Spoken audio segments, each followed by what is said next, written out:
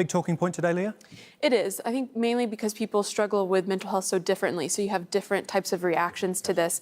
And it is the top hashtag in several countries, including the US, UK, and South Africa, hashtag World Health Day. But what this hashtag does not have is the word awareness. Many are making it clear that today is much more than just knowing about mental health, but also about doing something. World Mental Health Day, in my opinion, isn't even about the tagline, about spreading awareness about mental health issues. Ask anyone, are you aware that there's mental illness in the world?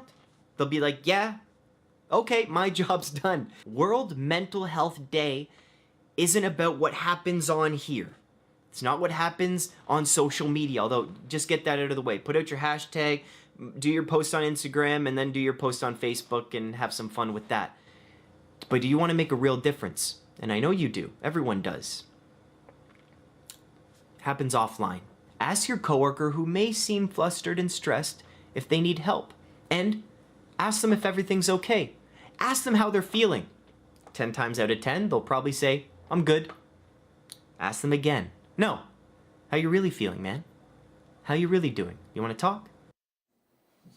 Now, there's a side conversation going around with this mental health conversation as well, and it's to ask people twice. People like Scott, who we just heard from, are being encouraged to not just take "I'm fine" as an answer. Normally, people feel like they're drowning and struggling and will just say that anyway, but to be persistent. Now, we're seeing lots of posts also about American actor Robin Williams. He committed suicide in 2014, and he was once quoted as saying that the hardest thing in life is to end up with people that make you feel all alone. Now, mental illness is not something that you can just snap and be cured from. According to the World Health Organization, 1 in 4 people will be affected by mental or neurological disorders at some point in their lives. And around 450 million people, that's much more than the population of the United States, are currently suffering from such conditions, placing mental health disorders among the leading causes of ill health and disabilities worldwide. Mental health is not just about suicide and depression either. It includes a long list of different disorders like anxiety, eating disorders, bipolar disorders, and trauma-related issues like post-traumatic stress disorder.